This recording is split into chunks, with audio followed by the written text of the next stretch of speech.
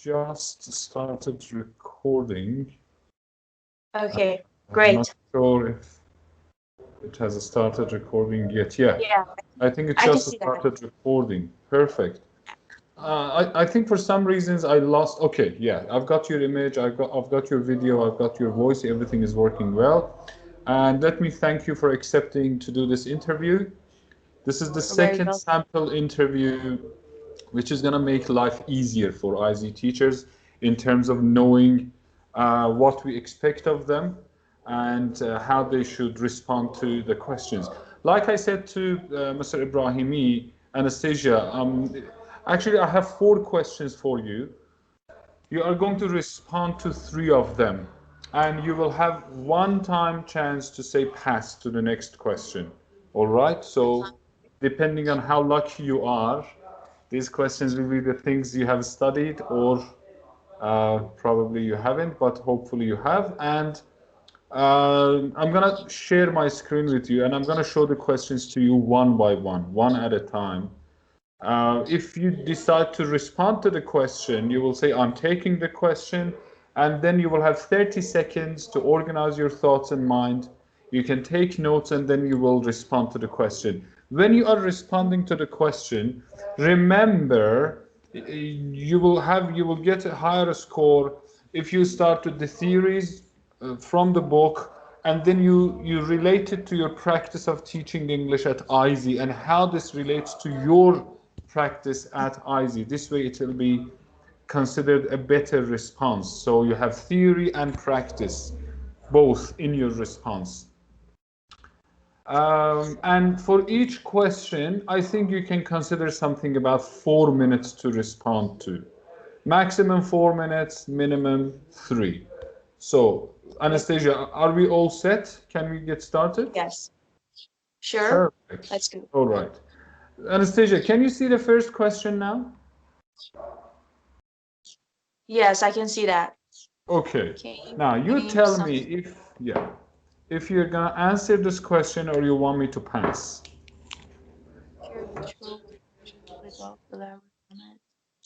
Pass. Okay. Let's go to question 2. As far as report is concerned, what are some key characteristics that help teachers build successful interactions? Okay, I'll take it. Okay, you have 30 seconds to get ready. Okay.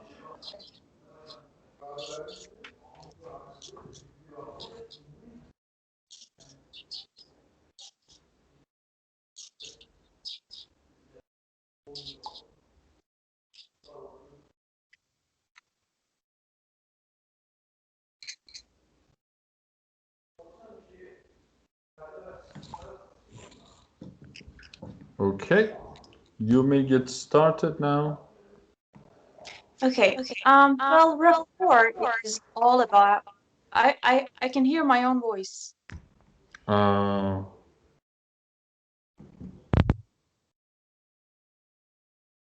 Okay, I think it's better now. Yeah. Okay. Rapport is all about having a. Oh, sorry, Anastasia. If you can hear me, do you hear me? Yes, I can hear you. Okay, yeah. Please go ahead. Go ahead, please. Yeah.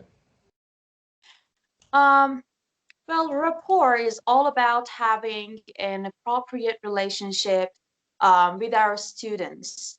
You know, you can see it in a class where there is a positive, enjoyable, and respectful relationship between the teacher and the students, and between the students themselves.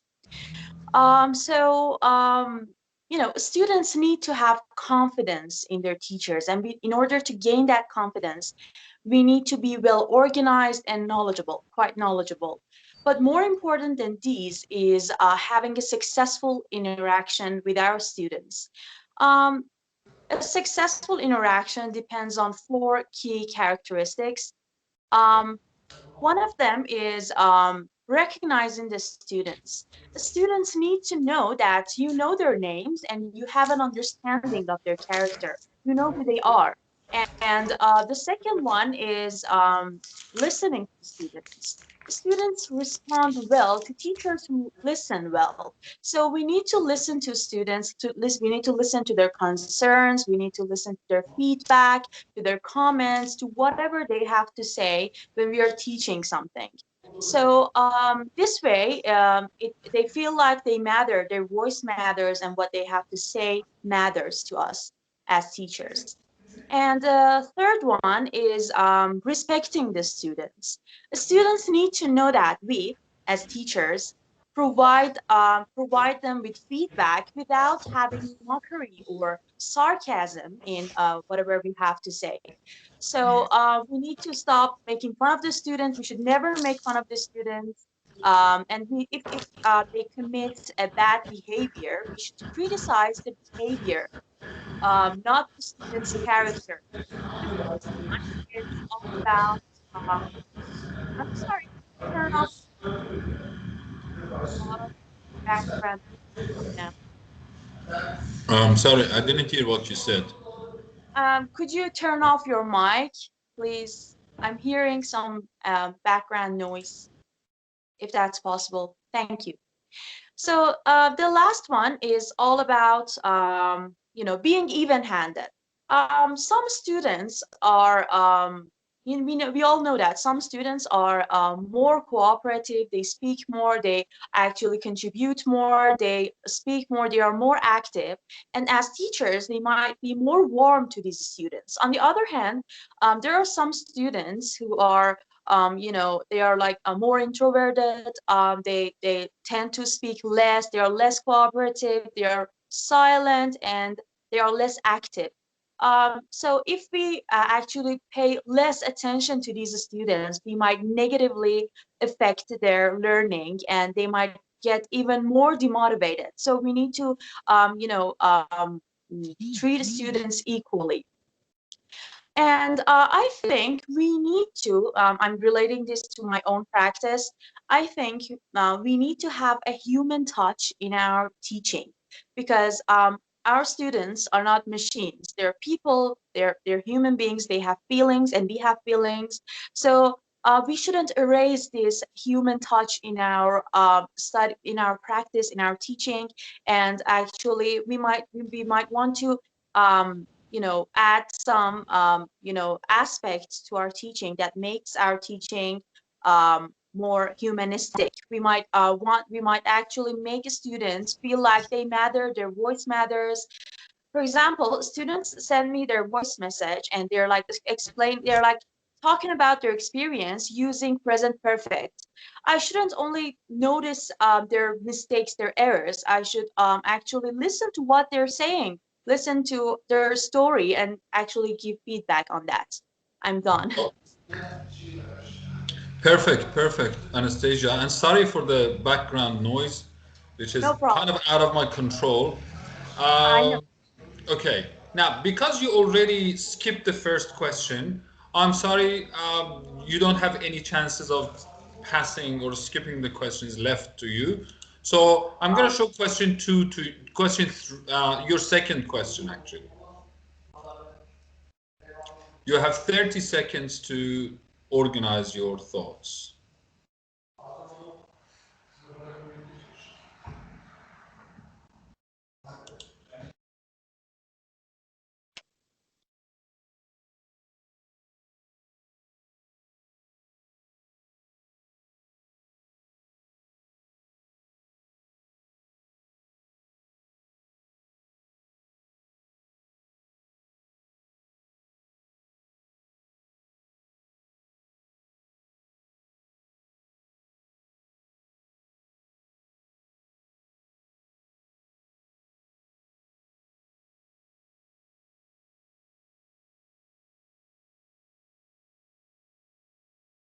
Okay, I'm ready. Okay, good Shall I start, go on? please. So, research and practice is actually an approach. It is actually an approach which is a combination of deductive and inductive approaches to language teaching. In this approach, we have students do language research on their own. So they are active participants of our classroom environment, and they actually we can actually ask them to um, you know, use dictionaries or different search engines to, you know, do research on language, and, you know, find, for example, we can ask them to find out more about different collocations, concordances, different words, linguistic structures, and etc. um, when students do language research, they are far more likely to remember those features than if we are providing them with the features ourselves, than if they are actually passive participants. So we ask the students to do language research. Then after that, we might want them to use those discoveries in their speech or in their writing. So we might actually want them to produce language using the things that they have discovered. Um, you know, it's more effective in higher levels, and it actually depends on the personality of the students. Some students like to just sit there and receive information, while others like to actually contribute and want to actually be more active in the class. Um, and well, if I want to relate it to my practice in IZ, I can actually relate it to PCRAT model. PCRAT model, um, it actually introduced some activities. One of them were transforming activities. Um, Actually, if we use these activities, if we actually use these tasks, and if we let the students engage in transforming activities, we are actually we're basically actually wanting them to do language research. For example, if we want them to design tests or make group presentations, we want them to do language research, and they are far more likely to remember the linguistic features that they encountered. Thank you. I'm done. All good, perfect. This actually brings us to your last question.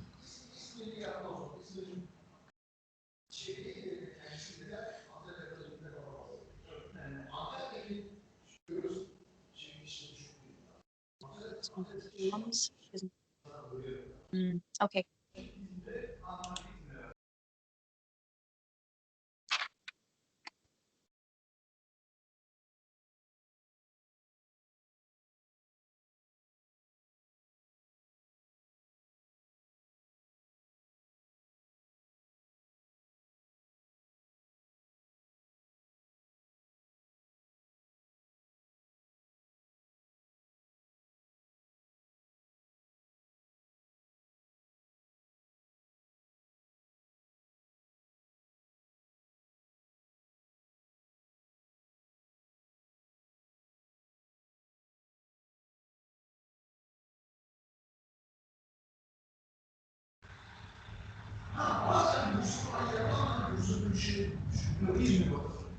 Huh?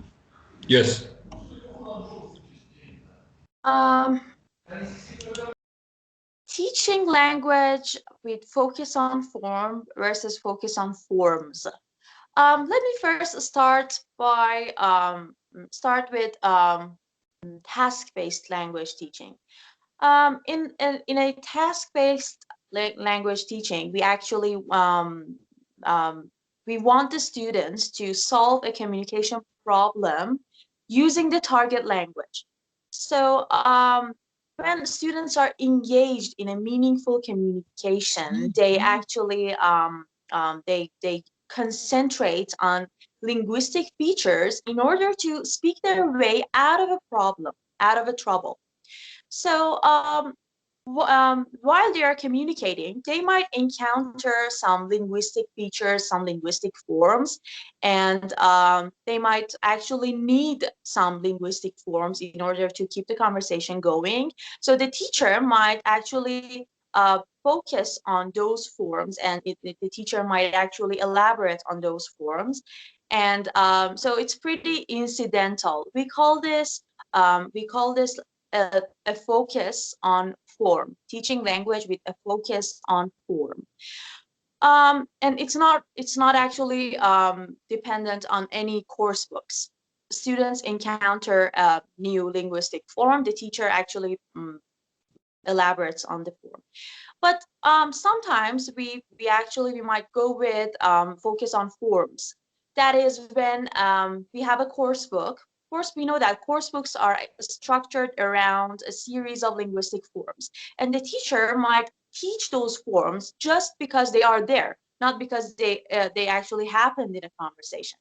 I think the first one is much better because students are more likely to learn and acquire language when they feel the need, when they feel like they need to learn those features, and when they feel a gap. And if I want to relate it to my experience in IZ, I might say that we shouldn't rely too much on course books. I mean, we need to provide learners with enough input so they actually come across different forms and they might actually want to learn those forms because it's interesting for them. And actually, I think we need to let students engage in meaningful conversations, meaningful interactions, so that they can encounter different forms, and so that they can, feel the need to learn those forms. Thank you, Anish. This actually brings us to the end of your interview, Anastasia. Thank you so much again for accepting and for giving me your time. Like I said Thank you for before, this is gonna make the pleasure is all mine. This is gonna make the job of preparing for the teachers much easier because now they have a framework. They know what the expectations are. They know what the length of answering each question is like. And so, thank you so much. Most probably, Anastasia, just in order to return your favor and also Mr. Ibrahimi's, this sample interview functions as the actual interview of you and Mr. Ibrahimi, so you don't need to worry about the really. 26th and 27th of Oh, June interview. So thank you so much and that was a good enjoy the surprise. rest of Thank your you. day. Thank But you. I'm Just but I'm definitely going to read that book because I loved it. definitely, yeah, yeah.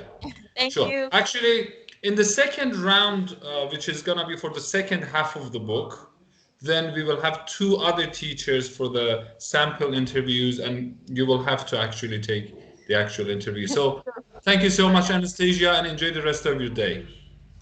Have a good day. Thank you. Goodbye. Bye.